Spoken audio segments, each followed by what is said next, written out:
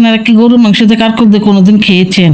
শুনতে অদ্ভুত লাগতেছে তাই না? সবসময় তো গরু মাংস দিয়ে আলু দেখান, আজকে আমি গরু মাংস দিয়ে কারকল দিয়ে রান্না করব। গরু মাংস দিয়ে কারকল দিয়ে কিভাবে রান্না করি দেখতে হলে সম্পূর্ণ ভিডিওটা দেখেন। প্রথমে সর্ষে 1 চামচ, এরপরে গোলমরিচ 10টা, এরপর 1 চামচ জিরে দিয়ে ভালো করে বেটে নিলাম। বাটা মশলা দিয়ে গরুর মাংস রান্না করলে অনেক মজা লাগে।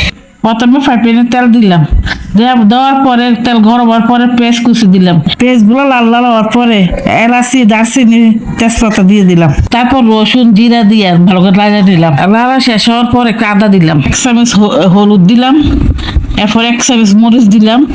এরপর আপনারা জাল যে দুখানে দিবেন, আমরা জাল কম খাই, একটু কম দিলাম। তারপর স্বাদ মতন লবণ দিলাম, লবণ দিয়ে ভালো করে মিক্স করে নিলাম। মিক্স করে শেষ হওয়ার পর ধনিয়া গুঁড়ো দিলাম। সব মশলা ভালো করে মিশিয়ে নিলাম। সবগুলো একসাথে মিশিয়ে পরিমাণ পানি দিলাম, ভালো করে কষিয়ে নিলাম। যত কষাবেন এত মজা। কষানো শেষ করে গরুর মাংস দিয়ে দিলাম। গরুর মাংস সবগুলো দিয়ে ভালো করে কষিয়ে নিবেন।